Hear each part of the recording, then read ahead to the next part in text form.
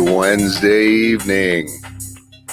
Any of my notification crew out there right now? Oh, I see a few of you already. Looks like some of you are excited for our guest this evening. Art Isaacs will be joining us on Text to the Stars. I'd like to welcome all the new subscribers that I have to the channel. Thank you all very much. Boom. Thank you. Like, that was amazing. The past couple of weeks, there's just been an onslaught on this channel. So thank you all for being here. I love my Wednesday night streams. Had last week off, had spring break. Hope if you're in spring break, you're having a good time. I got to hang out with my daughters, and that's always a blast for me. Hey, Keo's here. What's going on, Keo Dyken? How are you, my friend? Tonight, I am joined by an engineer, an audio engineer extraordinaire, and his name is Arthur Isaacs, and he has a ton of stories. He's been doing this for, what did we say, Art? For 4 decades now? 4 decades. Yeah. Was that what we were adding up? That's pretty impressive. That's about right. Yeah. Yeah, man. Hey there, Keo. It's good to see you. Thanks, man. Yes, this is the Text to the Stars evening. What I like to do here is I've been in the industry for so long now that I know so many amazing people that I have to talk to them. And Art is somebody that has been requested a number of times by all of the other engineers that I've spoken to that know him. And like this quote here says, it's amazing the number of great people in my life that I wouldn't have ever met if it wasn't for music. Art, you sent that along, and I think that's a great way to start our stream. Pretty much everybody I know. That's kind of where I am right now. You know, I'm at the point where if it wasn't for music, I don't know who I would know. And welcome. Thank you for joining me here tonight, Art. I'm really excited to have you here. Yeah, man. So let's talk about how music brought you into the music industry. Where did you find music? Well, I was thinking about that, and my earliest memory, in fact, is really early. I was in my crib. Okay, so wow. In infantry, and my father, who was not musical at all, in fact, I would say he was atonal, is next to me in my crib, and he's singing like a lullaby to me, and that was my first memory ever. And I just you actually you have a memory of your crib, and it's musical. That's the, just so you know, that's the furthest back anybody's gone on the show for the intro for when they remember music. So you've got a bunch of people here, people saying hi to you. And actually, Keo has a question for both of us here, so we'll definitely jump in with the question here. Go ahead, Keo, throw it down in the chat, and we'll keep on talking with Art. So, Art, you found music obviously at a very, oh my gosh, Keo's asking about something that we were just talking about. We were just talking about this before we went live. Art, how ironic that we were just kind of talking about how there's such a big copyright thing everywhere in the world. Good question. Thanks, Keo, for asking. And Juliet says hi. Gail says hi. Trevor Popley says hi, Art. Bunch of Trevor people already jumping in. Oh, I'm sorry, Trevor Popley. Yep, he's my fellow grandfather. Oh, we just both became grandfathers in January. Well, congratulations to both of you. Then we'll have a little of the brown love. I love me some coffee. Hi, Trevor. So Keo was asking about how do we feel about YouTubers complaining about copyright issues, who primarily have a music channel but don't apply for licenses or rebroadcasts. So I guess that does kind of go hand in hand with what we were talking about. There's a lot of people that like to claim music for themselves and stuff. And you were just, I don't know if we can kind of tell the personal story that you were just talking about, but you know somebody that kind of just plain old can't play certain songs that he would love to play. I don't know what rule was invoked, but Garnet Rogers is apparently not allowed to play his brother's songs live. His brother was Dan Rogers, who was a folk singer from Canada, and it's terrible because there's some great songs, and they toured together all the time. Garnet was the band, and so it's like it's in his fingers, it's in his blood. All these songs, he's just not allowed to play them. Right, right. Well, as far as licensing to rebroadcast, that would definitely be something that you'd have to pay for, and contributions need to go to everybody. Diego is saying hi, Arthur. That's my brother-in-law, Ellen, Diego Mar. hi there. Thank you, everybody, for joining us. Ellen Rainier is saying hello. Hi from Ellen. Hello. Jeff Everhart says hello. Hi, Jeff. How you doing? Yeah, man. And Keo, yeah, is jumping in some more. There's yeah, I can understand that. There's definitely a lot. The YouTube, a lot of people are using music and in ways that they shouldn't be, and then you get in trouble. Like for me, I got copyright claims on music that I helped write, and I it's like, okay, I'm not going to monetize that section of a video. I'm not even a monetized channel, but it's incredible how the algorithm is out there. And so through your decades, you've watched the engineering industry kind of change from an analog. You've seen bands that encourage recording and distribution of their music, and Well, you've also seen the exact opposite. I've seen a couple of Grateful Dead shows, and basically their attitude is, after we're done with it, you can have it. It's out there, take it, just keep playing it. They're happy to have it go wherever it goes. They figure if they make a really good record, their fans will buy it anyways. But I know that's if you're trying to make a living and that's your only source, then it's a different story. Yeah, so, exactly. Most people I've worked with, I come from like two different musical environments. So it's a small folky environment where everyone is just struggling to make a nickel, and then there's like the Neil Diamond and Dolly Parton situation where everything they write turns to gold. And I hate to see the songwriters lose out on tunes. I have some friends actually who wrote songs that went down to Nashville and got published, and I don't know that YouTube is taking any money from them. I think that anytime their songs get played, they're still getting paid. So I don't have a knowledge of like the YouTube ripoff that Keo is talking about. Well, if the publishing company has a grip on a particular song or an artist, that artist may not ever see anything, and the company would then benefit. And yeah, a lot of the bands don't care, but the music is being but not most of the bands didn't care if it was live music, but yeah, the digital copy. Yep. So it does come down to performance and artistic royalties. So I'm glad. That's really interesting that you brought that up, Kia. We were just chatting before that. So let's get back to kind of my intro for art here, and how music, you found it at a real early age then, clearly. Now, so moving on, did you find an instrument, and do you have a memory of kind of like a song that brought you to an instrument? It took years before I got to figuring out that creating music was something that was possible for humans. I remember as a kid, my sisters were, growing up in the 60s, they were studying all the top 40 songs every week. So Friday, when the new ones came out, they could listen to the new songs. So I was influenced a lot by all those top 40 songs of the 60s. And the ones that actually got me turning my head and opening up my heart was the ones that told stories. I mean, the tragic, like teen angst, dying lover things. Like the one I remember was Last Kiss. Remember that one? Where have my baby gone? The Lord has taken her away from me. She's gone to heaven, so I got to be good. Whatever. Yeah, I remember those kind of songs like told a story for me and painted a picture that I didn't have to imagine. It didn't take much imagination to create a picture from those stories. So those kind of songs drew me into to find other kinds of music that would tell similar stories. And like people think of folk music, they talk like James Taylor and stuff like that, but that's more, to me, it's more pop music. But one of the singer-songwriters I listened to a lot as a kid was Harry Chapin. I told you this story earlier, but I'll tell the folks now. And my friend Randy and I used to go out to Ravinia, which is an outdoor venue in Chicago, every summer from the time we could drive. And Harry Chapin toured pretty much every year back then. And we would go see him. And every time we went to see him, I'd say to my friend Randy, one of these days, I'm going to do whatever this is that these people are doing. I'm going to do that. I didn't know what that meant. I didn't know if it meant being on stage playing or being part of the tech crew.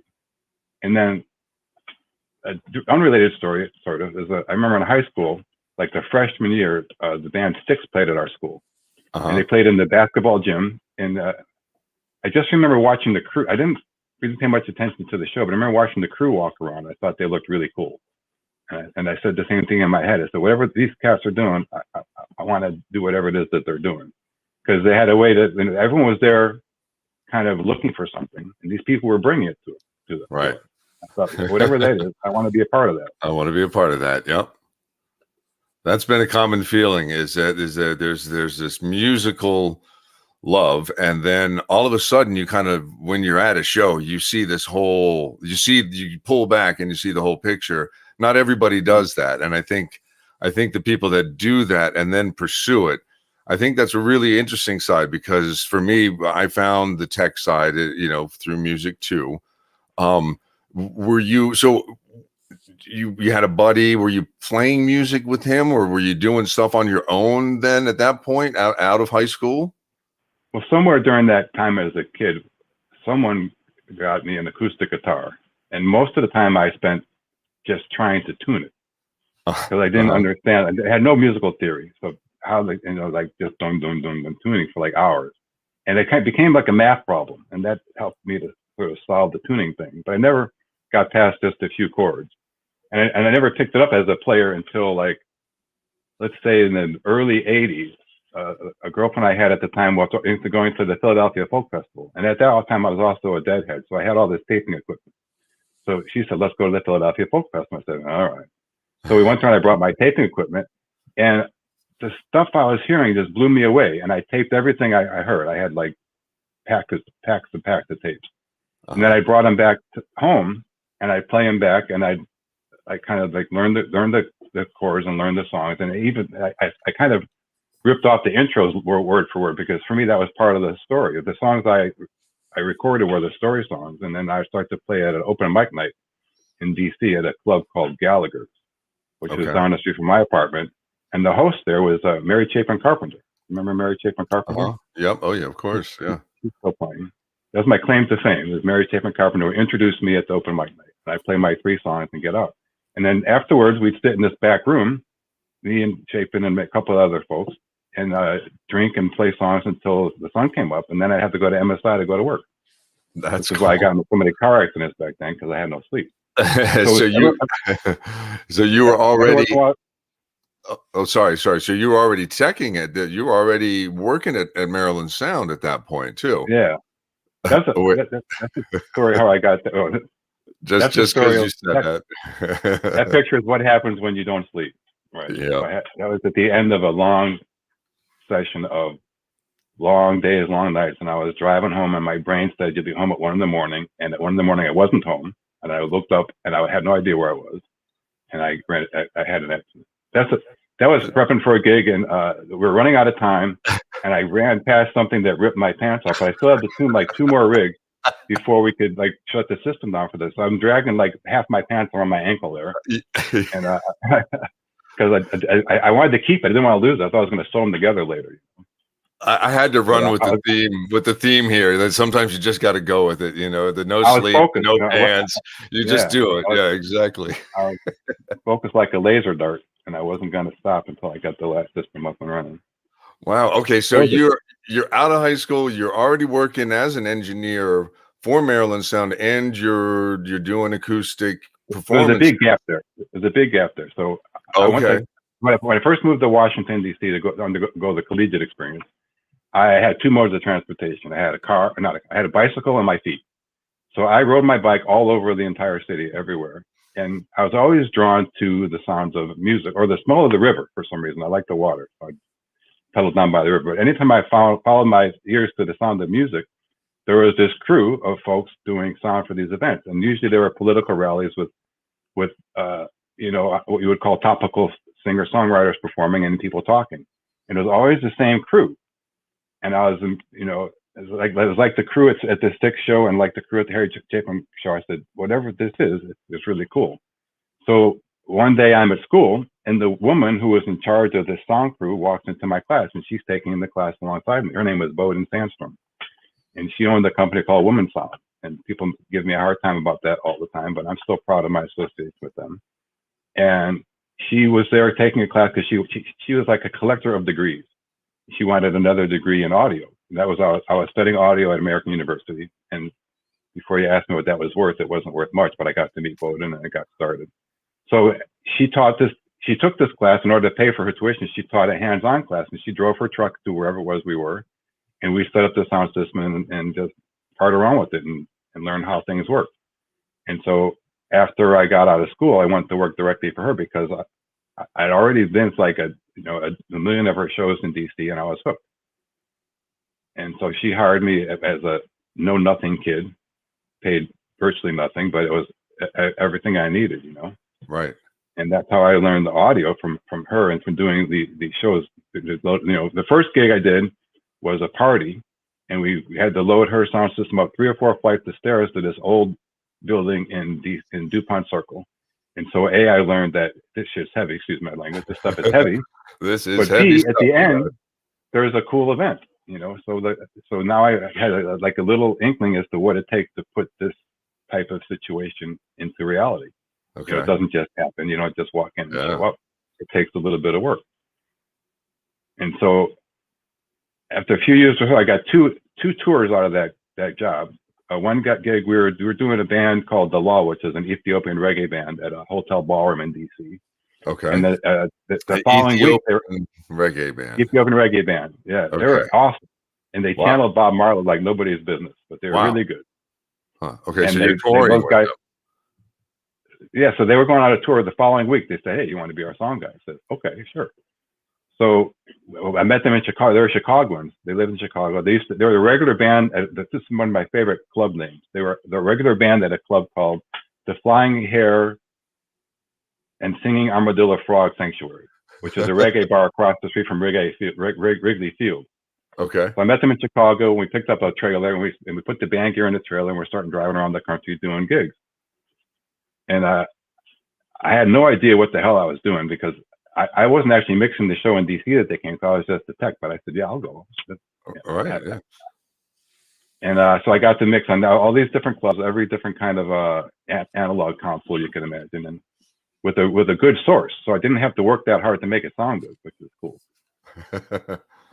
And then another gig I got was so every year Bowden would take a break to tour with this band called Bright Morning Star, which was a band of 6 people from all over the country who met at Seabrook, New Hampshire when they were demonstrating against the nuclear power plant there.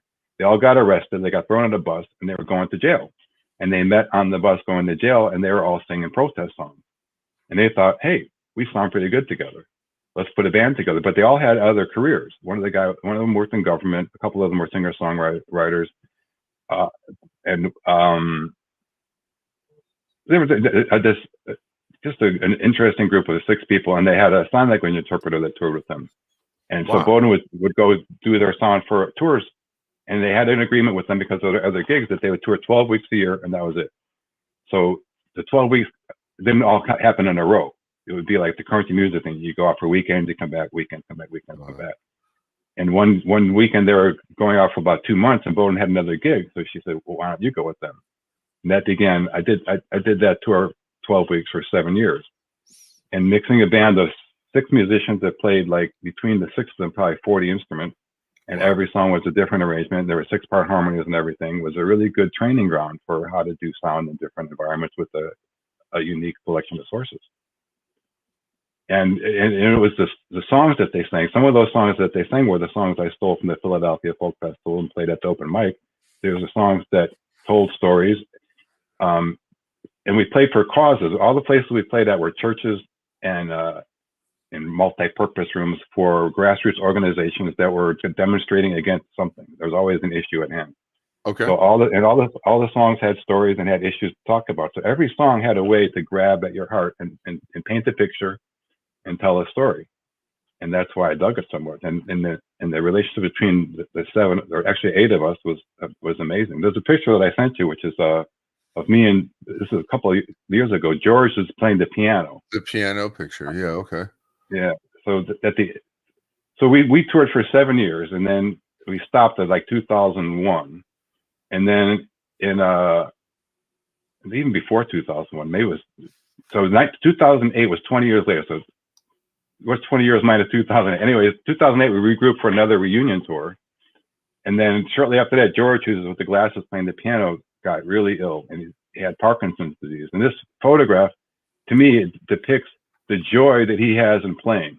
Yeah. So Yeah. he invited us over. Marsha, the woman, is one of the singers, and Ken on the left was the violin player. He sang the bass, and he's invited us over for dinner. He's got Parkinson's, so he's losing control of his hands and stuff. But he's playing with this, so like his hands are flying all over the place, and he's like, "Look at that! I can't control this stuff."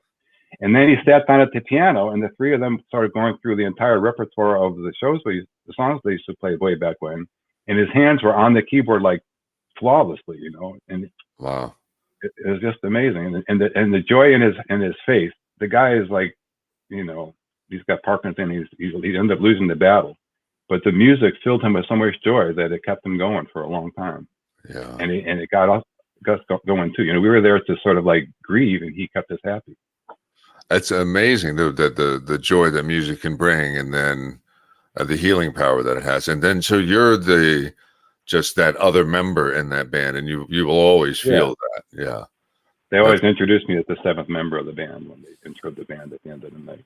Oh, that's cool. Now that's pretty amazing. Those are the special moments. I love hearing those kind of stories, and because it really for you to have music have hit you in that way with Harry Chapin, and to hear just the power of a guitar and a voice and the simplicity of it, and then to also move into mixing a similar kind of story, a feel, something that brings inspiration, in so many different ways. But then on the technical side, you have to layer all of these things and really kind of do your thing, which is what they want from you. Yeah. So a lot of times in an environment like that, what happens, I know the music, and I've seen this happen to other engineers when I've been to tech, is they already know the lyrics, so they're not paying attention. They're like buried into the complexity of the layers and the colors and the tones and everything. Sometimes they lose track of the content. And that would happen sometimes to me. A few years ago, we did this gig called March for Our Lives in Washington, which is an event put on by the kids from the Stoneman High School in Florida after the shootings there. Okay. And it was about, gun control and yeah, there was a few people came. And that was one of those gigs where, looks like a couple people showed up. Yeah.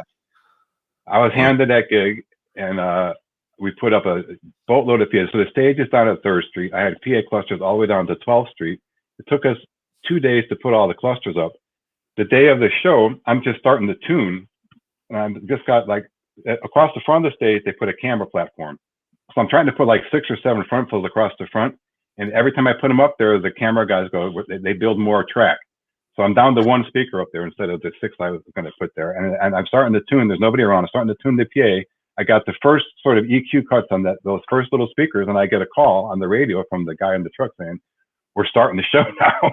Oh my God! So I had like main, left, and right outfills, and then 15 delay clusters that I never tuned. But what I done in the shop was I listened to every amp rack on every speaker, and I kind of did a quote unquote factory pre-tune on them all. As we were building the arrays, I took my laser and I was measuring the distance to each cluster. So I typed in the delay time that I physically measured. Never got a chance to measure it like acoustically like I would normally do. So I just trusted that those numbers were going to work. I had 2 guys. I remember Ryan Bodie was one of them. I can't remember the other guy, who were trying to run around in that crowd to confirm that the timings are right and maybe do any touch-up EQs, because they had a laptop they can punch into any of those.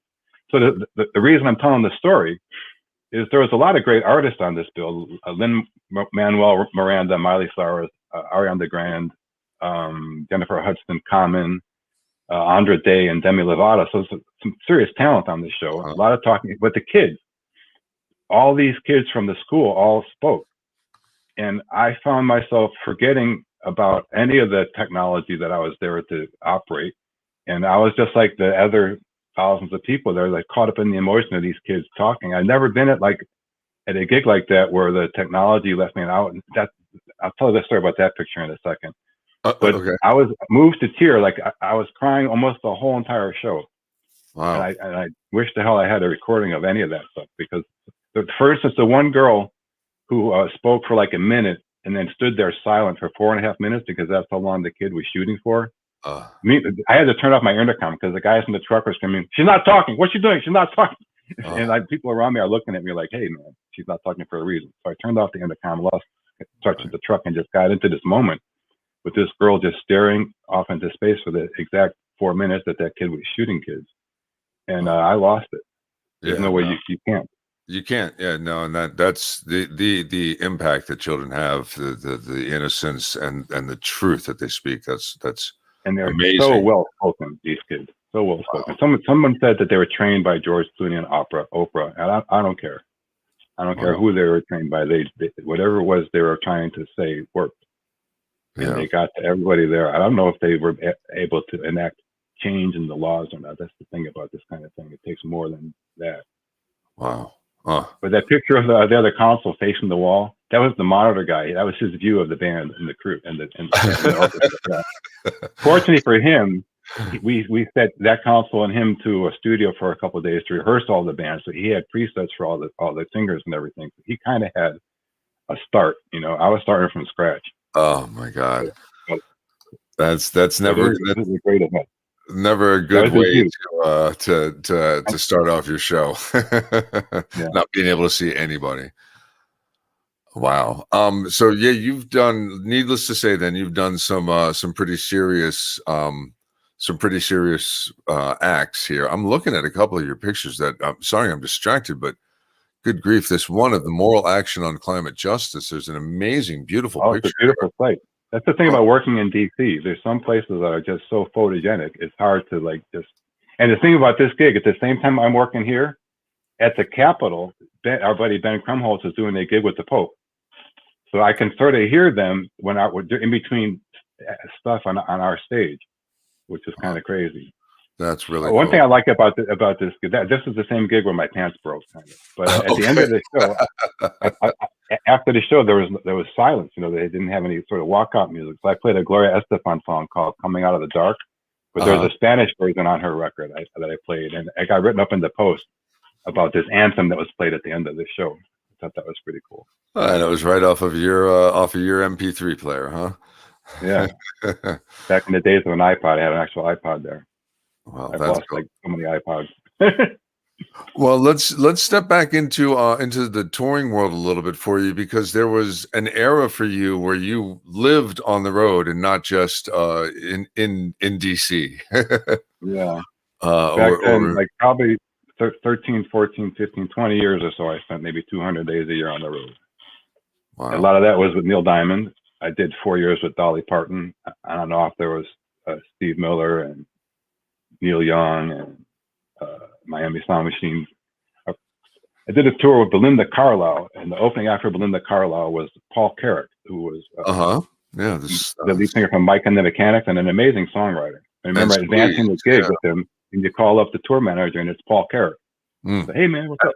Really? And the drummer for that band was the drummer from the Dire Straits. He just threw together a one-off band. The drummer from Dire Straits, I don't know who the rest of the band was, but they were just amazing. They're so much better than Belinda Carlisle's band. Oh my God, that's amazing. So Cindy's asking, do you have a favorite memory of the stars that you worked with? And I had that up while you were kind of talking about your favorite band, obviously, but. Well, I did 4 years with Dolly Parton, and Dolly was always really sweet, sweet. And she was good it was a low budget tour. We played theaters. It was one bus, 12 guys in the crew, the same 12 guys for that 4 years. We changed stage managers late in the game. But it was a tight crew. The band was pretty much the same all the time. I have a funny story about the band. There was a pedal steel player that was in the band, and one night, there was like I forget the song, but a classic Dolly Parton. There was a lick supposed to come up, and he came up out of tune, and they were on key. Uh-huh. The next day, there was an empty riser on the stage. He went home. Wow. For one lick. Yeah, it was a Oh, moment. I yeah. It's remember a it was frustrating. special moment, you know. Like that tour is frustrating to me in one regard, technically, because there was a really massive lighting rig, and the lighting rig was a box with an L shape down in the front. And in theaters, there's usually one place you can hang a motor downstage. And I said, "Can I put sound there?" I said, "No, lights got to go there." So all these theaters where I could have hung the speakers to cover the top of the balcony, I had to stack them up and then tilt them back Uh, every night, every and night. that drove me crazy. And But the show looked great. Ben's joining and says, of course, he said Neil Young papers, but he also says, what was it like seeing her, seeing Dolly Parton 20 years later? Then Well, it at was the frustrating because she was up on the stage and I was in front of the house. I couldn't go say hi. oh, you couldn't go say hey to her. Yeah, but it was great seeing her. And she's, the same sweetheart she always was. Everybody loves her. You spent 4 years. Anybody who thinks that she's not like that is wrong, because she's just like you think she is. I imagine she is, and you spent 4 years with her, and you feel the same kind of a thing that you felt Yeah. with the And band. her real hair is just as pretty as her fake hair. I can say that much. I do know that her slippers are like 4 or 5 inch high heel slippers, because apparently her Achilles is so stretched out from wearing high heels that she can't wear flat shoes. Wow! So even at home, when she wears slippers, she has to wear. I don't know about at home, but on the tour bus, she has slippers on the bus, and when she gets off, she's wearing high heel slippers.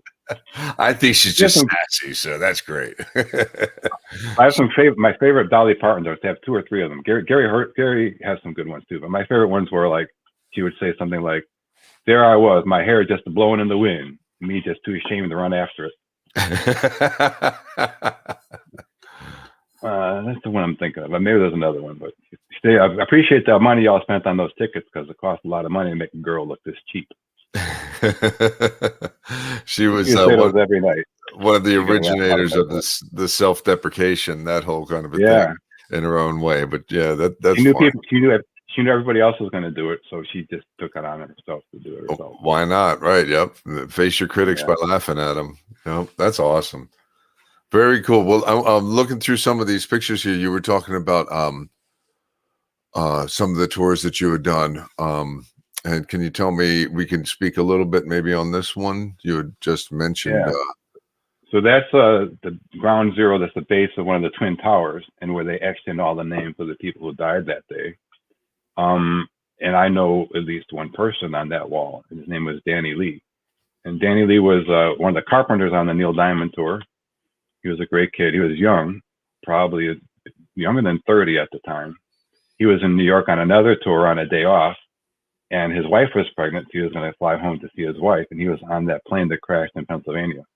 So every time I go to New York, I go take a picture of Danny's name there, and I send it to all my Neil Diamond buddies to say, Danny says, hey.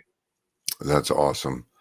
The tour family is just as strong as real family, and clearly this and that story can speak volumes to that, because I'm sure every time somebody gets a text from you with that picture, they very much appreciate it. So we go there. I say every year, but this year has been different. We go there every year to do an event called Tunnels to Towers, where they celebrate the firemen from Brooklyn who ran through the tunnel to get into New York City to fight the fire that was going on there. And that's just down the block from where this photo is taken. And that's another one of those events where there's bands that play and there's technology that happens, but then all these firemen and other people who are involved in the event speak, and you can't help but just get emotionally involved in the situation. So I really appreciate being able to do that gig every year. I missed it last year. You have definitely done some events that that must have pulled at your heartstrings at different moments. You've done some really high profile events, and I mean, as we look through some of them here, and that one there is a picture of the Lincoln Memorial. And if you get a permit from the Park Service to do an event at the Lincoln Memorial, one of the rules says you're not allowed to aim sound at the memorial. So this is an event done by the Capitol Church, which is in Leesburg, Virginia. This is probably about their 35th annual Easter Sunday. So every Easter Sunday, they do their Easter Sunday service on the steps of the Lincoln Memorial. And the Pastor Amos, at the time, went down to the Park Service 40 or whatever years ago to say, hey, I'd like to do this event. I want to do it with the steps as my congregation. Can I do that? And he said, I prayed on it when I was driving down there. And they let him do it, and they grandfathered him for every year since. So, and what I love about Pastor Amos is he looks just like my grandfather, which is why I love him so much. And and Dan Crummy and I do this gig, and I call it ourselves. This is a name I stole from a buddy of mine who had a two-band Jews blues band. We call it the Two Jews Blues Crew.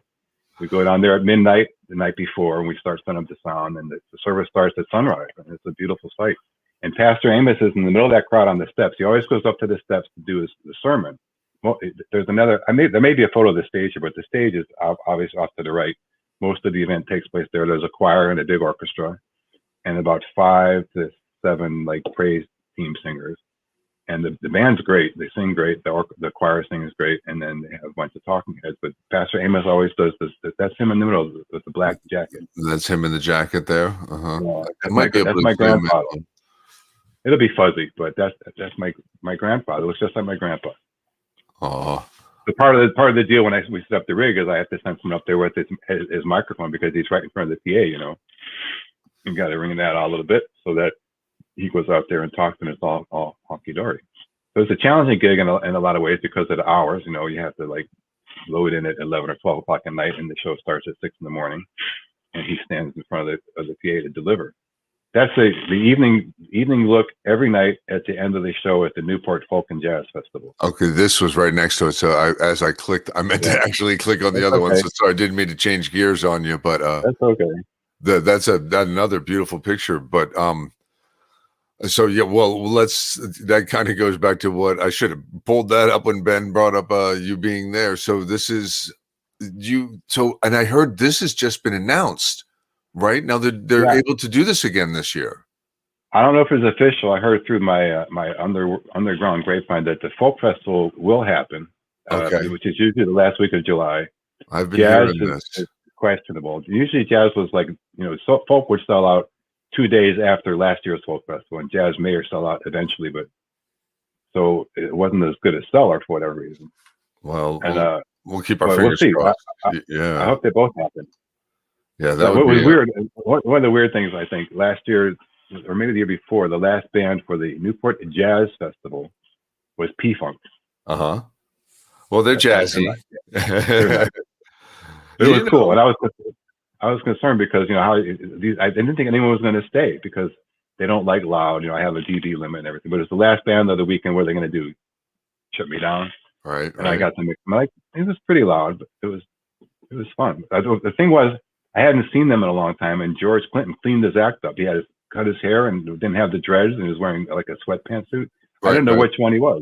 He was just another set of lights on the console, as far as I knew, but I didn't know which one he was. I was going to ask if you had previous interaction with them, because with all of your 80s touring, there's a number of acts that probably interacted and overlapped with them at some point. I've run into P-Funk a few times, and not on the road, at DAR, Constitution Hall here in Washington. Okay. And we did, like a stupid, hang stack TA to get it big enough to like satisfy their requirements. And I consider them at the time like the Grateful Dead of the R&B world, because they have everything in their set. I saw them at a Lollapalooza. Yeah, at Lollapalooza festival, I saw them, and it's just like what you're saying.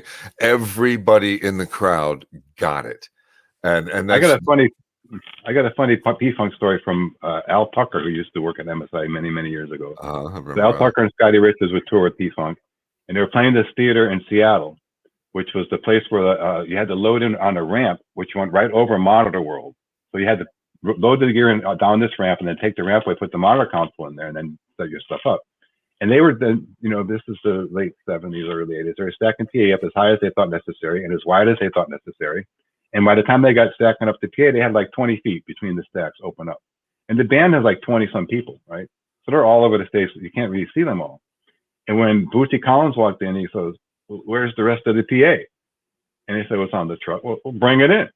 So they had to move the monitor console, put the ramp, and bring the rest of the stacks down. By the time they're putting the rest of the PA up, They had an opening about 3 feet wide to seat 20 people. So the band's back there playing, and they'd run back and forth past this 3-foot gap to be seen by the audience. Just to be seen for all their solo spots and stuff. That's amazing. Whoops. That's amazing. Kevin's asking, what was your favorite country to gig in outside of the U.S.? Well, with Neil, we went to Australia and New Zealand pretty much every tour. Okay. And we did the UK and Ireland as well, which I enjoyed those places. But I like going down under. It's a long flight, so you got it. If you're going to go, you may as well go for a while. So we go down there for 6 or 8 weeks, right, and start in the East Coast and go. Well, actually, all the shows are on the East Coast. There's one show that's not, and you'd fly across the country to Perth, wait 4 or 5 days for the trucks to show up, which is a great time to play golf. Do a couple of shows in Perth and then fly back, and then you have 4 or 5 days off while the trucks drove back across the country. But I liked Australia. I would imagine. About it. That's where I'd like to go. That's one of definitely on my bucket list. Was Neil big in Japan? Did he ever do that? When I was working with Neil, he didn't do well where they didn't speak English. So we would do really well in the UK and Ireland, and we did a couple of shows in Germany. It's the only venues I saw empty seats, like lots of empty seats. Wow, interesting. And that's the only country played that didn't speak English on the Neil Diamond tour. Oh, interesting. He didn't. While I was with him, he didn't play like Mexico or any place in South America. It was Australia, New Zealand, the UK, Ireland, and all over the US and Canada, and Alaska. And how long were you on the Neil tour? About 14 years. Good grief. Okay, yeah. That was about the time where I got to know you. You were about halfway through that period, I think. Mm-hmm. When I got on the tour, Neil had just gotten through a $200 million divorce. So every time we talked about, we're coming into the city, but we used to have this, we used to have that. So like they'd play 7 or 8 nights in every city in the past. And then every department, carps, sound, lights, they all get a Cadillac, right? So when I got out there, it was like, none of that. So they used to be. So I actually had a shirt made up that Neil Diamond used to be tour. Because I just kept hearing how it used to be. But it's still, even when not knowing what it used to be, it was great for me. I was young. I didn't know any better. I do remember so I had like a camping chair that I set up by the stage, and I'm sitting there, we load in either the day before or real early and to get everything going, and the band would walk in at 5 on the dot. And at 5, they do their sound check. So I'm sitting in my chair at 5 o'clock, and Neil walks past me and sees me in my camping chair, and he goes, "Hey, Art, we're gonna have to get you a more comfortable chair, I think." I go, "I don't think so, Neil." So I got up and said, "Why don't you try it out?" So he sits down on this chair, and he goes, "Ooh, that's really nice. I bet if I had one of these, I can get rid of the fuzzy chair in my living room." So the next day we had a day off in Seattle, and I went to REI and I bought him a chair just like mine, and I had his person put it in his dressing room. Well, then we had a break, and we came back out on the tour, and there's a hamper with 20 chairs, just the same chairs. And every morning, that guy who put the chair in Neil's room has to put the rest of them in the band room, and everyone in the band had one of these like reclining camping chairs. And then at the end of the tour, Ken was telling me I still have that chair today. I do. At the end of the tour, I got a Christmas card from Neil saying, "Merry Christmas, blah, blah, blah. Thanks for the chair. I got rid of the fuzzy chair, and that chair is in my living room," which is weird to have a camping chair in your living room, but I got to believe he meant it. It's funny how our musical influences, when we influence our musical influences, right, in one way, shape, or form. Ben says, "Do you still have your old tour T-shirts?" He wants to make a credentials pass. No, yeah, I would keep maybe one shirt at the end of every tour, and I bring them back to the shop. The other ones I give them to the guys. This is yours. That's a Dream Theater shirt that I got from you. Yep, adopted from Art. Yeah. Yep. So I don't have. Actually, I think I might have one Neil Diamond shirt left, and all the other tour shirts are gone. But I do have. I won't show it to you now, but I have all my tour passes that I put on a what do you call it, collage. The ones I cherry picked kind of, but no more shirts. I know I have friends who collect all the shirts, and like I have a buddy who collects guitars from every band he toured with, and he's using those guitars to pay for his daughter's college now. Goodness, wow, yeah, I could imagine. Man, I should have thought of that back in the day. Oh, that would have been a good plan. Yeah, get a couple of Daryl Hall guitars, might be able to make a couple of bucks off of those. Yeah, probably. God, I was lucky enough to hold one of his 15. It was like a 59 Strat that he had that the other player was using, and it was just like, oh, this is amazing sounding. And speaking of the shirts, I always thought that it would be really cool to take old T-shirts like that. And now Parker's Sewing, take all the old tour T-shirts and just cut out the big thing and make like a tapestry or something like that that you could hang on the wall. That was kind of like that. What you did with the with tour passes. I like those shirts that had the itinerary on the back, and on a Neil shirt, it's a lot of cities. There was a lot of text to read. Yeah, I don't have those anymore. Those were always really, really cool. Dolly Parton never had swag, never had stuff. She never had Spirit of America tour. Okay, so go ahead, speak about this for a second, because now we can talk a little bit more of the techie talk. Now we got more tech guys here. This was a gig that started right after that car accident of mine. So the day after that car accident, 2 days after that car accident, I'm starting this tour. I was doing monitors for this gig, but I was also flying all the PA with the guys. So me, Peter, and Keith, and I don't remember who else. Susie was front of house, but we had a pretty good crew. And a lot of PA to hang, and PA hung right over the stage, so I couldn't do my stuff till we got the PA hung. And it was a full-on orchestra. They used the whole arena floor for the stage, and what they did was they reenacted war scenes from like the beginning of the U.S. It was a celebration of the armed forces, basically put on by the Army. And, so all the tan area, sorry, the tan area there where the lift is, that was where they would do all the reenactments there, and the whole entire floor, the whole entire floor was the stage, and different set elements would roll out at different times. They had several horses part of the show. They had the fife and drums. That was my little rig. Wow, that's amazing. It was pretty cool. I want to say it was. I don't know. I walked into it kind of apprehensive, because for me, I'm not normally a monitor engineer, and this is like a full-on like 90 some odd inputs, and I had 12 ear monitor mixes and about 10 or so wedge mixes, and a lot of stuff going on. But I was able to break it down to simple components, and song by song, and then because it was all digital, you're able to save everything, and then talk to the musicians or the singers afterward and say, how did that go? And the singers had to walk right past me to get out to the performance space. So anytime they had any, feedback, they could just drop by my area and chat for a second and tell me what was up, or just go out there.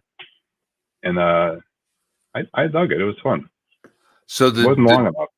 The digital age, when that all kind of came around, it made things like that a little easier for you to interact with, because you saw that whole transition kind of happen there. Well, the first time anybody used that TM1D console was on a Neil Diamond tour, and what happened with that was me and this guy Lonnie Wayne, who was one of the other techs on that tour, went out to Neil's warehouse. Yamaha shipped us the console and boxes and boxes and boxes and boxes of parts to assemble it, because it wasn't like now everything's in one piece kind of. We had all these outboard racks, and every rack had different card slots, and every card slot could be whatever you wanted it to be. So I need to get the lowdown, whatever, from the two mixers, how they wanted these consoles set up. And when we were done building the consoles, so to speak, in the warehouse, we had 4 or 5 stacks of empty cardboard boxes that went to the ceiling. It was like a 20-foot high ceiling. It was fun to stack them up. And then finally, when we were able to make sound come out, it was like we celebrated. We have made sound. But there was a big deal about it being the first all-digital tour. So it was 2 digital consoles, and they were jumping into, the every song had a theme kind of thing. In addition to that, every musician who wasn't just a vocalist, who had an instrument, had a little digital Yamaha mixer, and the digital outputs of that went into the core of the 1D, and then outputs went back to their little mixer, so they can choose from the Chinese menu of 16 sends from the monitor desk. They could pick what 16 they wanted out of the 48 outputs that we had, what they wanted on their mixer, and they could do their own ears. They could mix their own ears that way. It was, in terms of the actual connections, very archaic, but in terms of the technology and how it worked, it was pretty slick. Very forward thinking, yeah. Virtually flawless. We had a couple like firmware burps along the way where things didn't go well. And that's one of those situations where, like, how many backups did you have? Well, we had a shitload of backups. And one backup was Bernie, the monitor guy, created a stereo mix that was always sitting ready to get packed into the amp racks.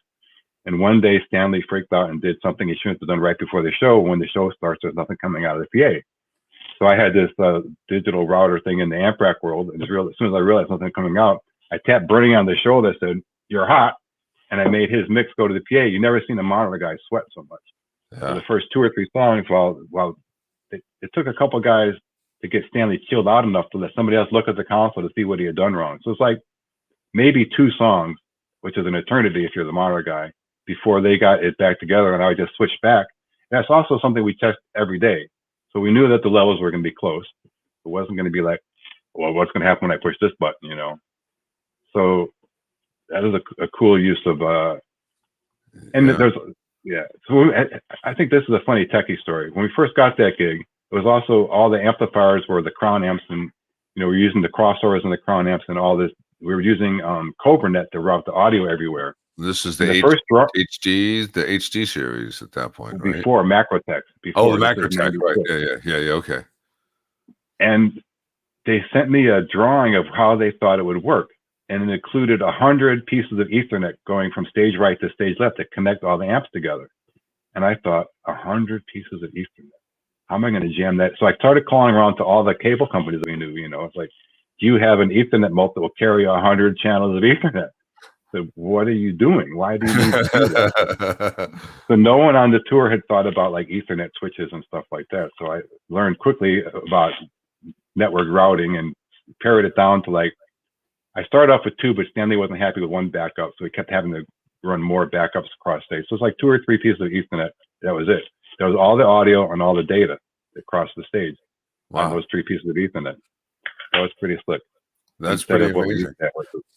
And before we ask Ben's question, what year was that that the PM5D came out? No, this is the PM1D. I mean, the PM1D came out to be came out before the 5. This is 96. Right. 96. Okay, gotcha. Wow. Well, before the PM1D 5D went to inauguration, it was not us. That was somebody else with some 70-volt system, and I don't know what they used to mix on. So when we started doing this in 2000, it was the 5D, 5D. Gotcha. Like it was forever until this year. This year we changed. Right. We upgraded. What was this year? We had 2 Digico SD5s. And let's see. I think that's what this picture is, right?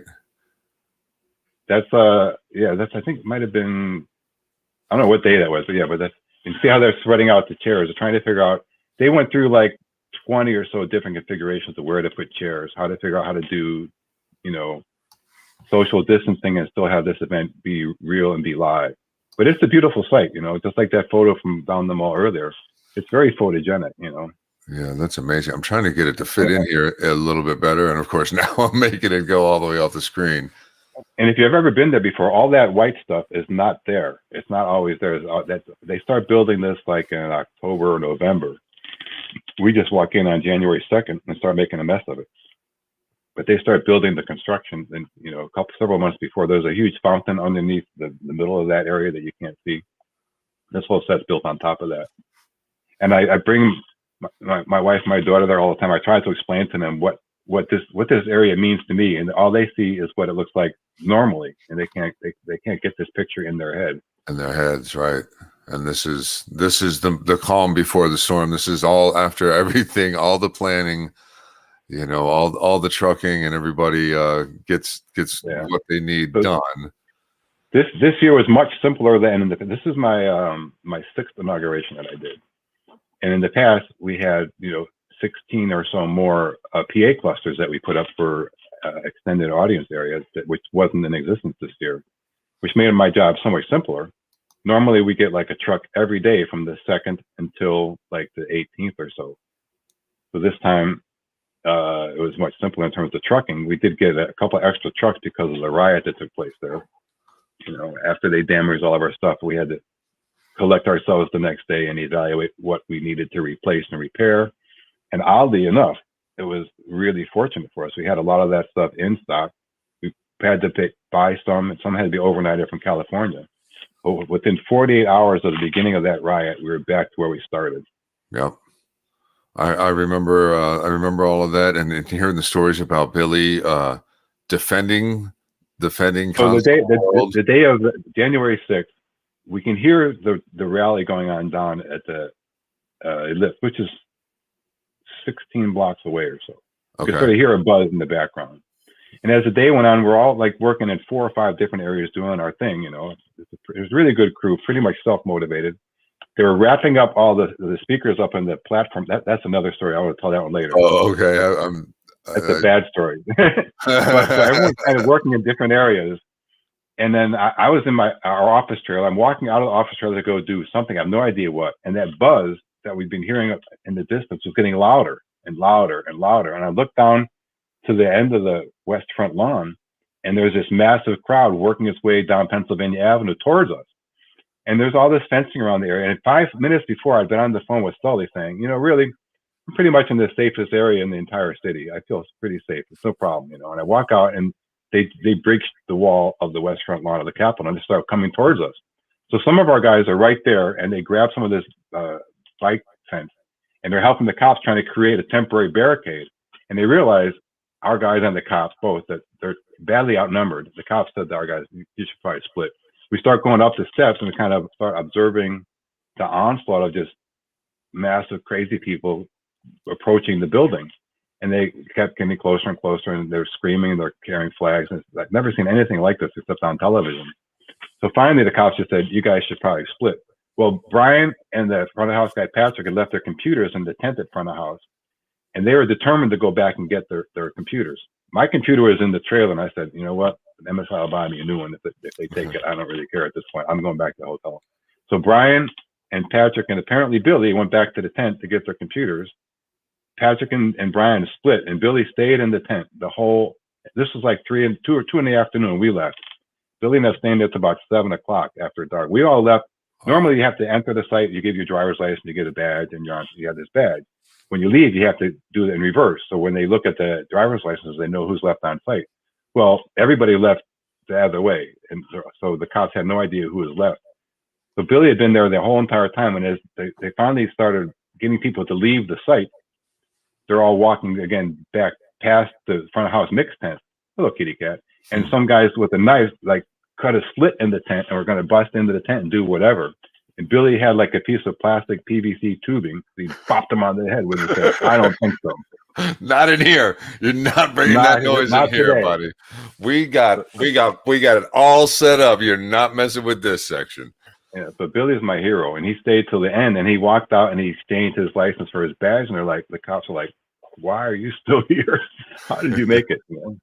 But had he not been there, we had a long time to set that stuff up, man. I'm protected. We had these 2 brand new consoles in there. Who knows what they would have done to them, you know, plus computers and all kinds of expensive stuff. So when we came back in the morning, it was really, I don't know how much of this want to go into. It's really horrible the amount of damage these people had chosen to do to our equipment. We saw some of our stuff on television the night before. There was like a lid from an amp rack that we saw every time they walked past this hallway. There was our lid.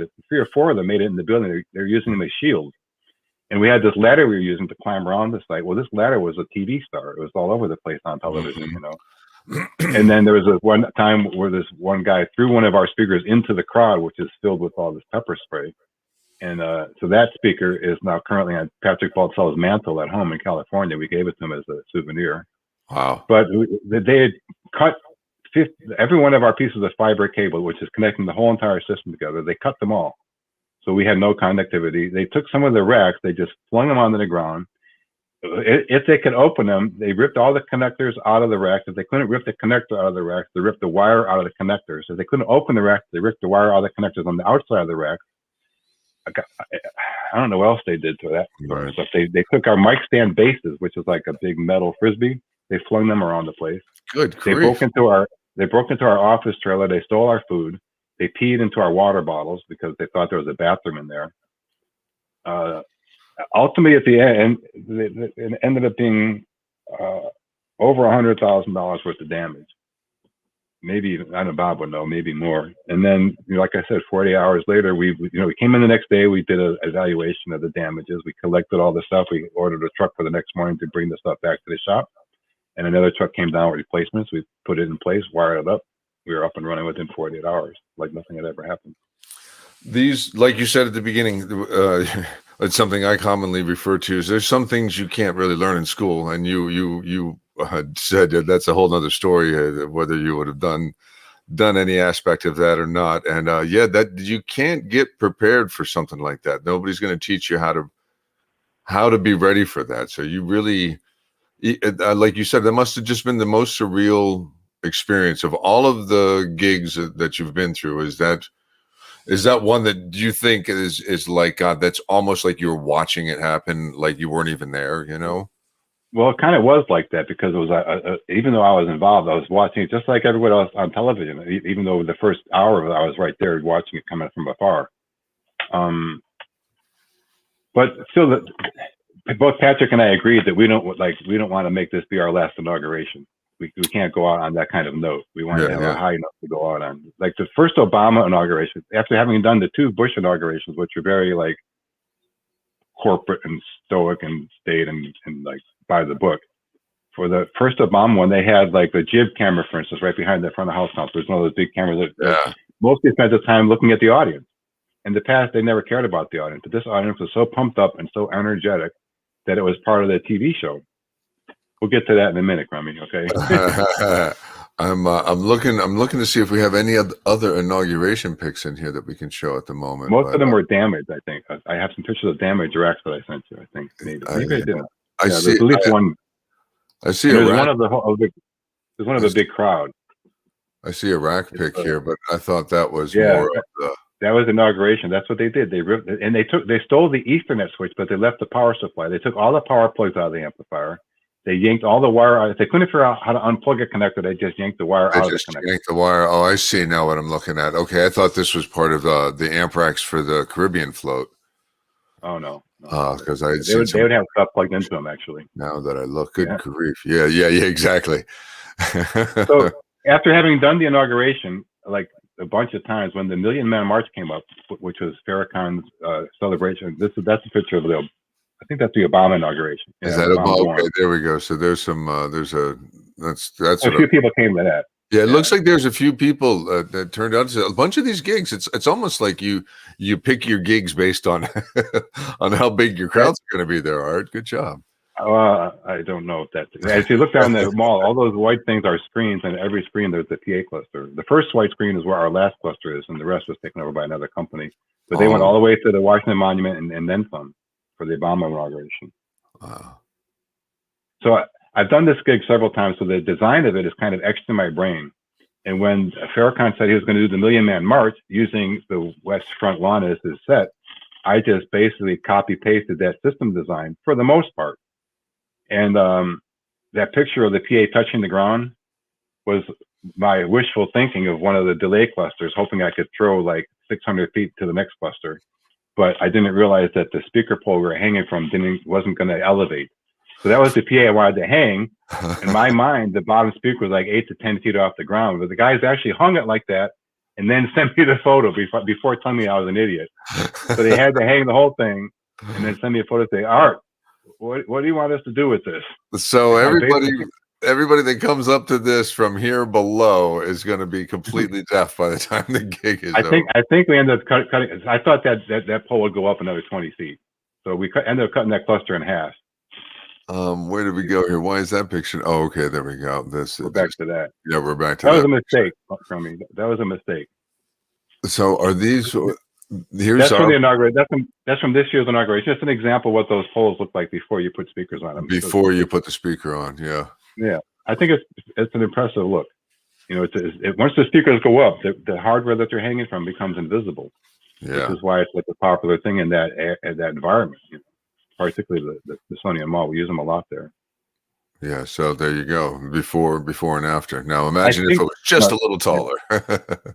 I never made it out there to hear these delay clusters. By the way, I sent guys out with wireless mics to measure. I never had a chance to get out there because I had a lot going on.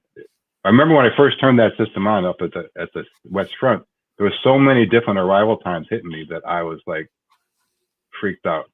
So it took a couple hours just to organize that to get it to be cohesive. And then the thing that happened, and it was a summertime, in the inauguration, there's no leaves on the trees. So I couldn't hear the two main arrays because the trees are full of leaves.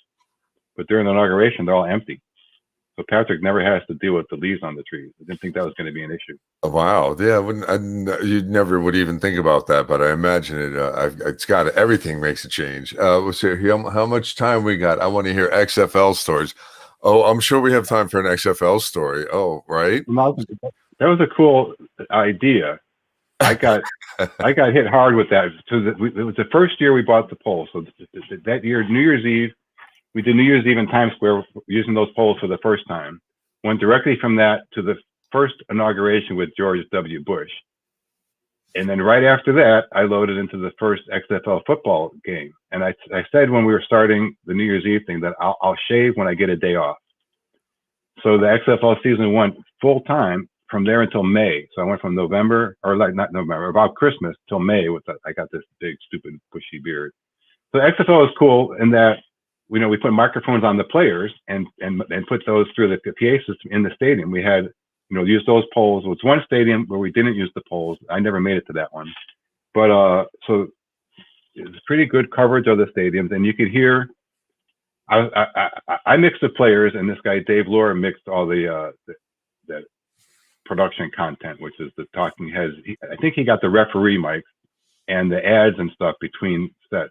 So I got to listen, and what I was most disappointed about was during the huddles, I would cue up the quarterback mic to see, like, let's beat up number 27. That guy's being an ass today. We got to hurt him. Never like that. All I heard in the huddle was like, Blue 87 on 6, go, like stuff like that. It was really disappointing.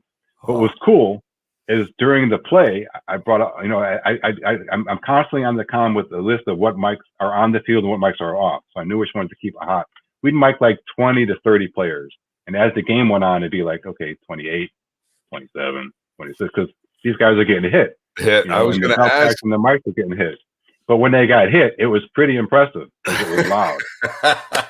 So a big old, and you could hear, and it was cool. It's like if I got lucky and an offensive player and a defensive player, they both had mics on and they were running, you could hear them both, their footsteps and their breathing. And then when they got tackled, it was like boom.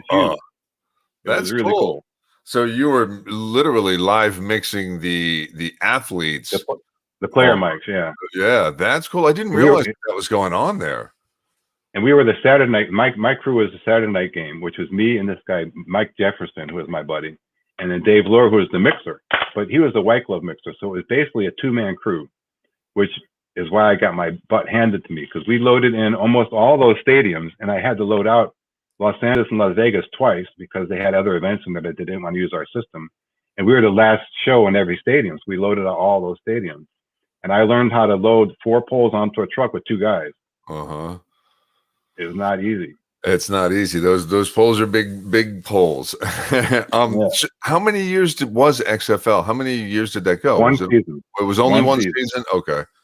The only thing that came out of that affected the industry afterwards was the sky cam. They would hang, if they could get, if there was pillars on the 4 corners of the stadium, they would hang the rigging for the sky cam in the 4 corners, or they would rent cranes. They put a crane in the 4 corners. And the whole time we were kind of loading and setting up, they would choreograph the movement of the sky cam through the football field. And that was where the sky cam and the buddy cam. So they had buddy cam. So these guys wore packs with a camera and a headset mic or something. I don't know how they did the mic, but they would run on the field with the players. So these buddy cam operators guys got like $1,500 a game because they were getting taken out like the microphone. You start up with 2 buddy cam guys at the beginning of the game, and if you're lucky, you had 1 at the end, because it was not an easy gig. It sounds like an Adam Sandler skit. I mean, I can picture that. Oh my God! You answered. You hit both my questions too. Was how many of those got destroyed every gig, every show? Pretty much at least on a game.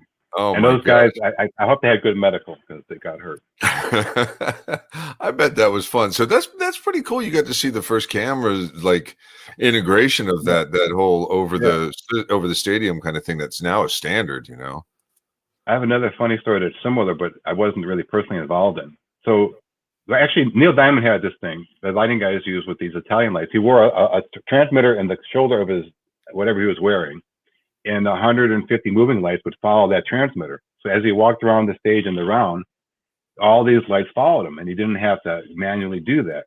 Wow. And it was pretty cool. And they spent a lot of time programming those so they didn't like aim in people's eyes and stuff. So when it would aim in the audience, they'd turn them off. So there's a lot of like programming going into that. So apparently at that time, this was like 97, 98 or something. Michael Jackson had a similar rig in his coat. And so he was doing some big football stadium, and he had the thing in his coat, and there was like 300 lights following around. The first thing he does on the first song, ready, he takes off his jacket and he slings it across the stage. So 300 lights follow the jacket across the stage, and there's Mike dancing in the dark. Oh man! So they had to quickly go from a digital to an analog show there to keep Mike lit. I don't know how they got through it. That's crazy. Maybe someone said, "Mike, put the coat on. Mike, put the coat on." Like, you'd have thought somebody would have let him know, like, "Hey, you're gonna have to leave this on pretty much the whole show, or let us know." Yeah, I seen that video, which was like a video of doing tech rehearsals for some other subsequent tour, and he seems like he always had a lot of knowledge about what was going on around him. So I don't know how that escaped him. I think exactly. And Ben was also asking, what was the last time you did New Year's Eve Times Square? Because you were actively involved in that for a number of years too. I did, like, when we did the polls, that was 1999 to 2000. I think I might have done 4. Okay. And then we were doing the Israeli wireless system, the Matacom system, to send our signal up and down the square. So we weren't playing in fiber cable. So I spent most of the time troubleshooting that wireless system. What was cool about it was the first couple of years I did it, rather than just have like stereo every 2 blocks, is there was 14 unique tracks. And these guys spent time recording some effects where they had moving effects moving up and down Times Square from 44th Street to 49th Street. That's right. So you could hear dinosaurs moving down the square back and forth and up and down, and trucks and cars and things like that. I never got to experience the whole thing because I was in my trailer. I could listen to 2 of those tracks at a time. I got out like 100 feet from the trailer and get a sense of it, as it moved down the square. So that was really cool. So I only did a couple of them. That's cool. We graduated at high school in '99. Honored to work with you there too, Ben. It's well, I'm honored to work with you, Crummy, you little kid. And let's see, care to talk about your time in Italy? Booking the system. Kevin's talking about. It's an interesting story, I think. So years ago, I don't remember I want to say it was like 91 or 2. MSI had 3 tours that were going to tour Europe. Okay. I want to say Neil Young, Anita Baker, and I don't know the third one. And one by one. So Bob said to the first tour, I got these 3 tours coming up. I'll ship the system over to Europe for free. So we shipped an arena-sized PA to Europe for free for the first tour because we were going to get 3 back-to-back tours. One by one, they all canceled. So now we have this arena system sitting in Europe with no work.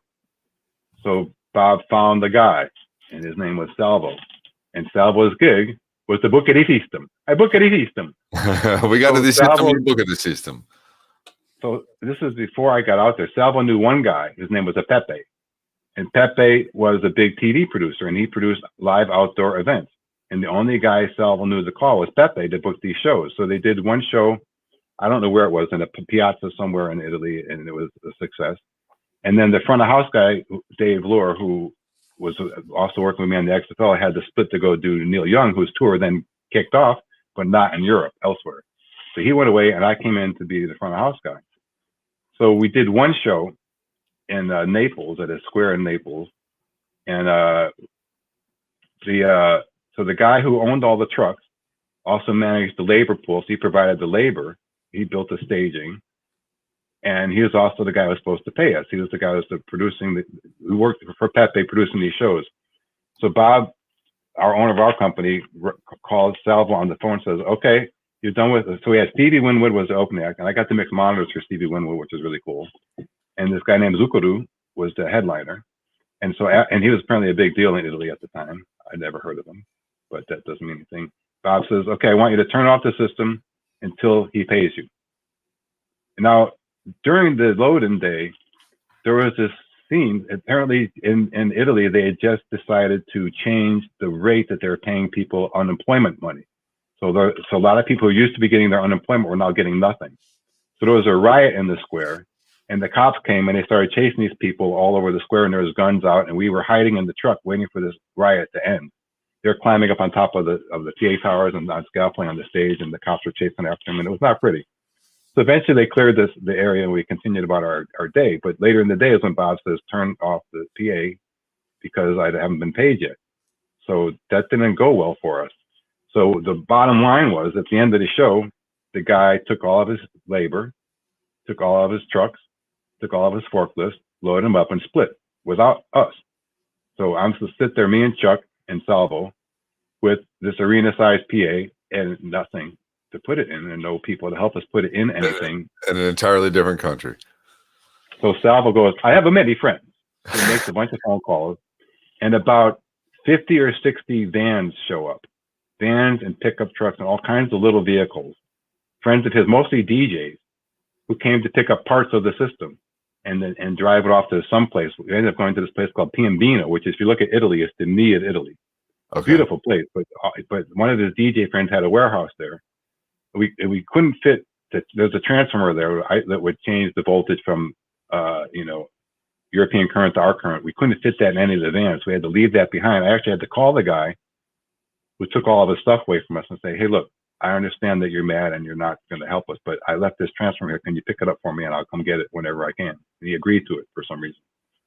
So Salvo and I are sitting in Piombino. We could load all this stuff into this DJ's warehouse, and we're sitting at a hotel. And every morning, Salvo calls this guy Pepe to say, "I need to book the system." And Pepe goes, "No, no, no, no." So finally, Salvo says, "We have to go meet with Pepe in person."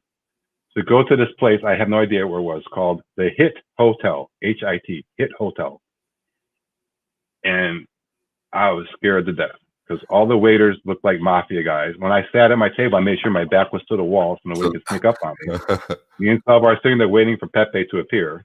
He appears, he's got these two like microscopic little cell phones, and he puts them on the table in front of him. And Salvo and him are chatting about how to book our next gig. And anytime Salvo asks him a question that he can't answer, he picks up one phone and he like makes a phone call or whatever, and he puts that down. And anytime he has a thing he wants to figure out, he picks up. So he's going back and forth between cell phones. I have no idea what the hell's going on. The bottom line is Pepe doesn't want any part of us, doesn't want to hire us. So we have to leave the Hit Hotel safely, thank God, back to our hotel. And then we ended up, because we weren't making any money and Salvo couldn't afford the hotel anymore, we had to fly back to his home, which was in Palermo. So I asked Salvo about flying on the plane. I said, can I get a business class or exit row seat? And he goes, no, on this flight, you fly with chickens. Which is not far from the truth. It was a little bitty plane. We were jammed in there. We flew to Piombino, to Palermo. And I stayed at his place with him and his wife and his little baby.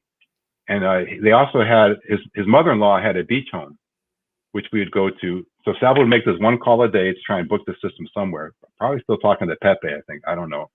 And then that was it. This one phone call a day was all he could muster up to try and book the system. And then he cooked great meals and we just hang out. So we go to the beach house sometimes. And at the beach house, it was near the ocean, obviously because of the beach house. And there was this place called Gunther's, a German guy who had a scuba dive shop. So I would have him drop me off at the scuba dive shop and Gunther would give me scuba gear and I would just go out and dive for, until I ran out of air, come back and then go back to Salvo's place. And I can tell you now that all the fish in Italy are in the fish shops. They're not in the ocean. There was lots of coral reefs there and not one fish to be seen. It was pretty sad. So after a while of being with Salvo and not having any time on my own, I said to Salvo one day, I'm going for a walk. He goes, where are you going? So I don't know. I'm just going for a walk. So I'm in Palermo and I'm walking on the streets. I have no idea where I am or where I'm going. I have my camera, which I've been taking pictures of at the beach and with his kids and stuff. So a lot of pictures I wanted to hang on to. And I get to this place where there's this big building and this huge, limousine comes zipping past me, pulls a U-turn and pulls it across the street and people start getting out and going to this place across the street. So I thought that's interesting. So I took a picture. And then next thing I know, there's this huge, military looking vehicle comes by, does the same thing, zips down the road, pulls a U-turn. There's 20 guys up top with big ass rifles. And then they sit there and they're looking at me. And next to me, there's one of these gun turrets. It's a round thing with a slot. It's all bulletproof glass, and this guy's got a gun out the slot aimed at the building across the street. And after the big truck comes by, another limousine pulls up. And there's a quick U-turn, and this guy with the slick back black hair and dressed to kill with these fancy ass boots, smoking a cigarette, comes across the street and he looks at me and goes, "Take a photograph over here. It's okay." And he points down the street to my left. to take a photograph over here, it's okay. It's okay. But to take a photograph over here, he points to the building, is of course impossible. And he goes, so in exchange for, shall we say, your freedom, I must have your camera. So I gave him my camera, and I didn't want to. I gave him my camera, and he let me go. And I go back to Salvo's place, and I say, and I tried to tell Salvo I'm ready to go home. And we're driving around the city trying to find a travel agent. And as we go past this building, I say to Salvo, what is this place? And he goes, that's the magistrate's home. So for some reason, you're not allowed to take photos of the magistrate's home. So that's that, I almost got arrested immediately. Wish you had let me know with that one there a little bit earlier there, bud, right? You can walk anywhere in the city, but don't take any pictures of the magistrate. Don't take that. Man, and they were on you, huh? So we've got people in the chat that are saying hi to you. Wendy says, hi, Art, great to hear your voice. Wendy's from Rochester. Ron's another rocket scientist guy I work with, and they're a great couple. They have a lovely child. And I get to hang out with them whenever I go to Rochester. Hi, Wendy. Hi, Wendy and Ron. Thanks for being here. And Ben is asking, and Gail also wants to know a particular thing. Ben's asking about Pink Floyd. Did you get to work with them at the Wall? I don't know what the tour was. We did 2 legs of a tour. It was a arena tour and a stadium tour. My part of it was just building the amp racks basically, and then I got a free ticket. But with the money from the Floyd tour, we built the loading dock out back. So before then, if you guys know the War Zone, there's an area in the War Zone that used to be a door. Right. And we loaded out the entire Pink Floyd system out that door. And we had to forklift the, speakers, amp racks, consoles, everything out this door into a truck because the loading dock had just been built. Before that, there was 2 doors, which are like in bay number 1, which were our loading dock. But no dock, just a door. You back the truck right up to the building and you're in the building basically. Yeah. So I built the splitter rack and the amp racks, and that was my involvement. I don't remember the name of the tour. It wasn't the Wall tour, but I do know it sounded a hell of a lot better outside than it did inside. There was just too much energy for a building, even an arena.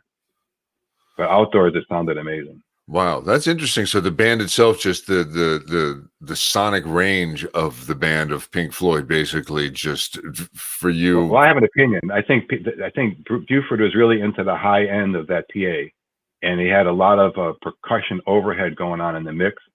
So it was real brash and a lot of bashing going on, and like the guitar tone was it was competing with the cymbals, I felt, and the I have to say, and I'm really proud of this actually, that Ryan Beck's mix of his Pink Floyd band sounded better than the Pink Floyd shows I saw. Wow, that's pretty epic right there. Ryan will be very happy to hear that. Yeah. And then Gail is asking about Dream Theater. A friend of hers is a Dream Theater fan, and do you have any anecdotes from working with them? I remember a couple of Dream Theater moments. Well, Gail, I wonder if you're a fan of Dream Theater. So my Dream Theater story is like most of the people who came to see Dream Theater were either guitar players or drummers. And I'm going to say they're probably guitar players and drummers in unsuccessful bands. I only say that because usually they got driven there by their girlfriend. Yeah, the girlfriend would drop them off at the back of the theater. They'd run to the front of the stage with their brand new black Dream Theater t-shirts, and they'd wait for the band to come out. They take off their old Dream Theater t-shirt, or they put the new one on top. Put the new one on top. Yep. Totally decked out in Dream Theater. Yep. And they're all guitar freaks. And I just have to say, the only time I thought that they played well was when they played Pink Floyd music, because they had to play the notes. When they're playing their stuff, it was all like speed guitar, speed drum, and the bass player never knew what the hell he was doing. I don't think he played any notes. If you listen to the bass channel, when I got a chance to listen to it, all I heard was the sound of the strings banging against the fret. I never heard a tone or a note. That's part of the sound of that bass, especially that drives. So it's interesting that you hear it that way, and that music is all about technique, accuracy, speed, and how he can play so fast. And what's the guitar player's name? John Petrucci. Yep. Petrucci. He had a guitar rig that was a front of house engineer's dream. Yep. He had so much Gucci gear in his guitar rig that I would have loved to have him out in front of house.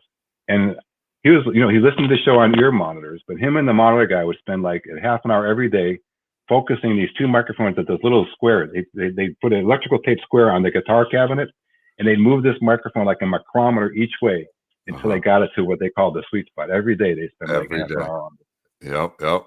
And it's amazing to me that I always thought that was just they did that until somebody's ears changed a little bit, and they said, all right, don't change it. Afterwards, we're good. That's exactly where I want it. You know, and it's really like, no, your ears probably just popped. You're sick of hearing that frequency. And now things are That different. reminds me of it. I toured with Don Henley for one tour.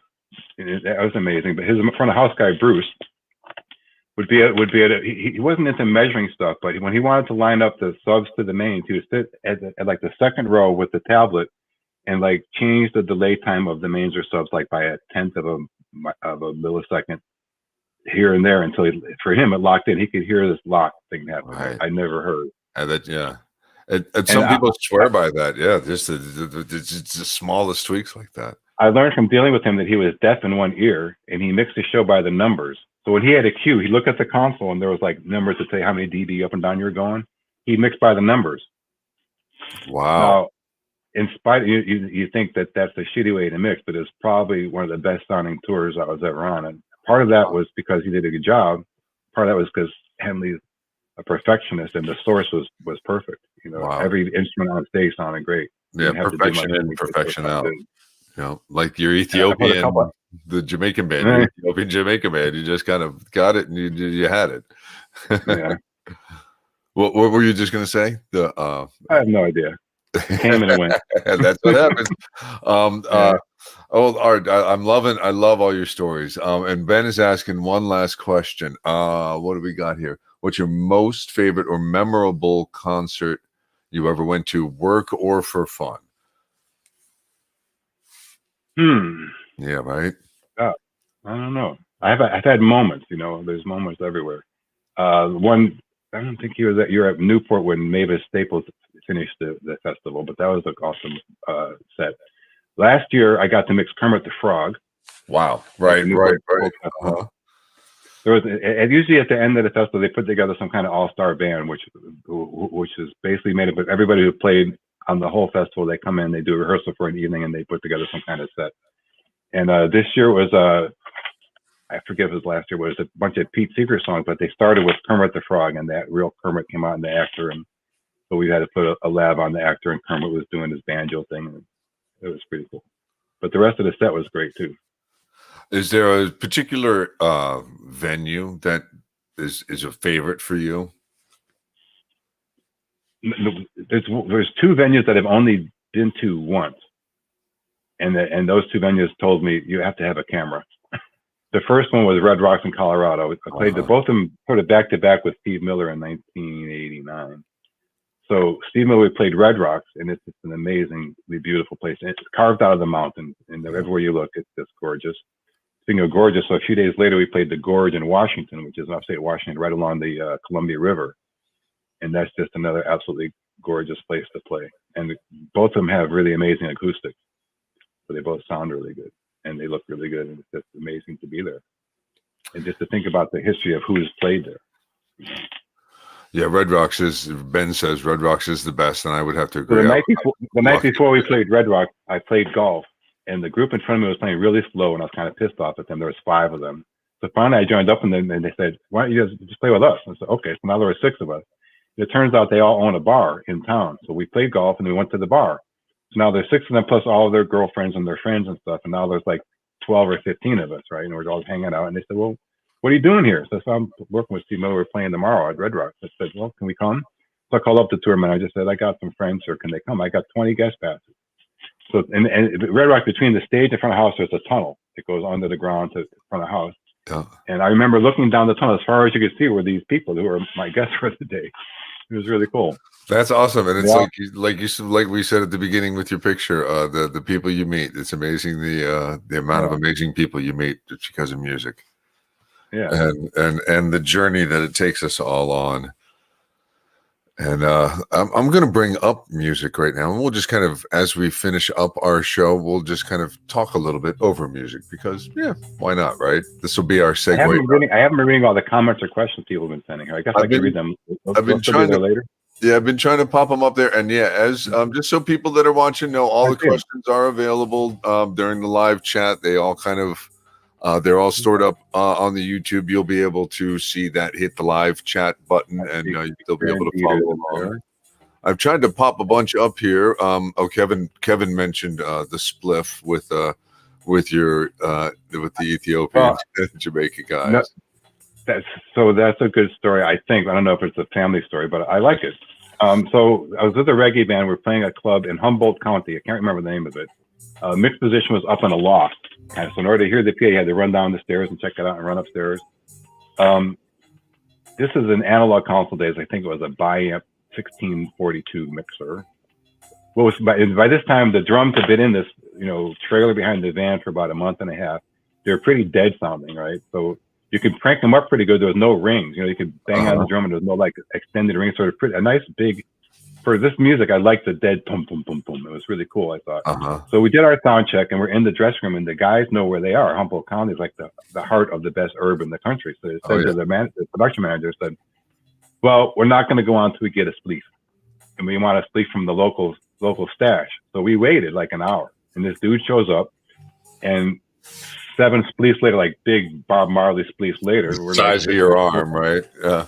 Smoking up the room like crazy. And I said, okay, guys, I got to climb up into this loft and mix the show. And they go out on the stage. And I get up there and I swear to God, the room is spinning around in circles. The console's spinning around. So I have no idea what the hell is going on. I turn on the mic and I thought it sounded pretty cool. I said, okay, next time the console comes around again, I might make an adjustment, but until it comes back, I'm just going to sit and chill.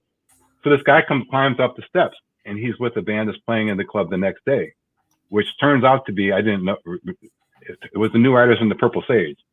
And he goes, God, what did you do to the drums, man? And I was still in the process of like trying to catch up to the room, and I basically blew him off. And I realized many years later, I blew an opportunity, which has been a pretty nice opportunity to maybe, at least have a conversation with the guy. Right. I don't know if he was in the band or if he was the sound guy, but I just blew him off and continued to have a decent show. I have another similar story. So years ago, my sister moved to Oregon and she had this friend named Brian. And Brian played the violin and he played in bands. I thought, whatever, okay, cool. So this was probably, he moved out there maybe in I want to say the 80s. So this guy, Brian, in the 80s played the violin in the band. So a few years ago, I went to visit my sister in Oregon. And she said, hey, Brian's got a gig. Let's go check him out. So I said, okay. So I'm listening to this band. It's a bluegrass band. And if you know this band, Old and in the Way, they sounded just like Old and in the Way, except there was no Jerry. There's somebody else playing the banjo, and there's no Peter Rowan. So during the break, I go up to Brian and said, that was amazing, man. You guys just sound just like Old in the Way. And Brian goes, yeah, when Vassar Clemens couldn't play, I would play with him. But I couldn't drive with Jerry, man. I just got too high, so I had to quit. And I said to my sister, I said, if you had told me that Brian played in the band and told me the name of the band, I would have moved to Oregon in 1984. Right. Game over. But she just said, oh, yeah, Brian plays in the band. He's pretty cool. So I don't know if there's any recordings of Old and in the Way with Brian on fiddle. I'd love to hear one, but it was amazing. There was like lick for lick, like the records I heard in the show tapes for years and years. Old and in the Way, which is, if you don't know, Jerry Garcia. Laced band. Yeah, gotcha. And so I want to make another comment about music because I think this is another thing that hits me. Like there's a few players in the world out there, when I listen to them play, I don't feel like they're playing a song or they're playing music. I feel like they're playing what's going on in my heart and my body. And I've heard 2 players who did that consistently every time I heard them play. And one of them was Jerry Garcia, and the other one was John Jennings. I don't know if you know John Jennings. But he was a Mary Cape and Carpenter's producer. He produced a lot of records in the DC area out of the Bias Studios, and he was a solo performer on his own right. And mostly I heard him play acoustic, but he played, in rock bands and stuff. But he would play, it was just like whatever I was feeling, I felt like the notes came out of his guitar, from my heart to his guitar. And I don't know how he did it. But that's the kind of stuff that, keeps me going, waiting for moments like that or people like that you can somehow be near. And especially, Unfortunately, John passed away a few years ago. So oh, did Jerry. sorry. Well, yeah. It's an amazing when it hits you and you're not expecting it too. That's when the memories, when you look back and you go, wow, yeah, I do remember that. There was like a before that moment and then an after that moment Mm-hmm. in my life kind of a thing. And yeah, music is generally linked in there in some way, shape, or form. Well, I'm really glad that we had this chance to chat. I've known Yeah, you for so long. fun. I had no idea that you did the coffee shop thing with the guitar, and that was kind of where you I kind of thought maybe that was going to be a career for me, but it wasn't going to be. you Yeah. know, and well, fortunately for all of us, it wasn't, and we all got to. Fortunately for everybody else too, because I wasn't that good. Well, we have so many common themes here on Text to the Yeah. Stars. Is that we all kind of hit a point where we said, I'm not so great at this, but I really love this industry. I really love Yeah. all the people that I get to hang out with, my tour family, my work. Whatever that is, I want to be a part of it. I Right. want to be a part of it. Yep, exactly. That's where you got to early on, and I'm really glad that I've been able to be a part of it with you. One of my first Maryland Sound memories of being here and gigging was doing a jazzmatazz with you. Jazzmatazz, yeah. That Yeah, was and just awesome. watching you manage. I just remember having come off of being a musician for all of these years and starting to work at Maryland Sound, and I hadn't even we hadn't even crossed paths in the warehouse, but next thing I know, you're on the show and you're coordinating 4 rooms, and I'm watching you manage people that you didn't know and people that I knew that I didn't realize you knew, and it was just so weird for me. And you're calmly just doing your thing, and I'm going, yeah, I like that guy. I like hanging out with that guy, and I think I met Larry Carlton that night. I have all sorts of fond memories of just There's some that. great players at that festival. Yeah, Yeah. it's a challenge because of all the different the rooms are so acoustically different, Yeah. and so the tech we put in each room was so radically different. And it was great working with you because you came from I had no idea where you came from. I didn't know any of your background. I knew that some of the gear was new to you, so I was trying to kind of guide you through the gear so you didn't have to worry about that part of it and just do the thing. And Yep. you were thrown into a weird space. I think that stage you did was in a weird space.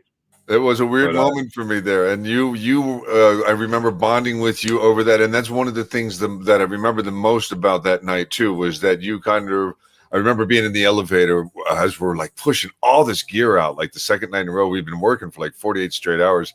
yeah, And I it's a just long remember day. looking over at you like, man, you work pretty hard, man. You got it. Wow. I appreciate your calmness through all of this, because that's the only thing that got me through that whole thing was you kind of just saying, hey buddy, you're going to be all right. We're going to get through this together, kind of a thing. So, My so wife says thank everybody has a super. My wife says everybody has a superpower, and she says my superpower is patience. well, in this industry, Situations like that, that's yeah, you have to look at the big picture and say, okay, all these things need to get done. They can't all get done at once. Mhm. So let's just knock them down one at a time. And you can't stress about the next thing because you're not doing that yet. Stress about this thing, get it done, and then you can do the next thing. Yep, exactly. That's a big tool. Developing that as a tool for yourself in this industry is huge. So, I thank think you for sharing that. I think in the world of touring, often you've probably heard everyone on your show say this. It's not necessarily how good you are at what you do, because most people who get to that point are at least have a level of competence. You have to get along with all the elements of the day. Every person involved in that show has to be a pal. If they're not, there's going to be tension, and someone's going to give, and someone's going to end up going home. So it's not how good you are at what you do, it's how well you fit in. And I had to learn that the hard way, like getting fired off the first tour I was on, because I had no clue about what I was doing or how to manage my hours in the day. And I ended up starting my day in a bad mood, and everybody on that tour knew it. So for Christmas on that tour, I got fired, sent home.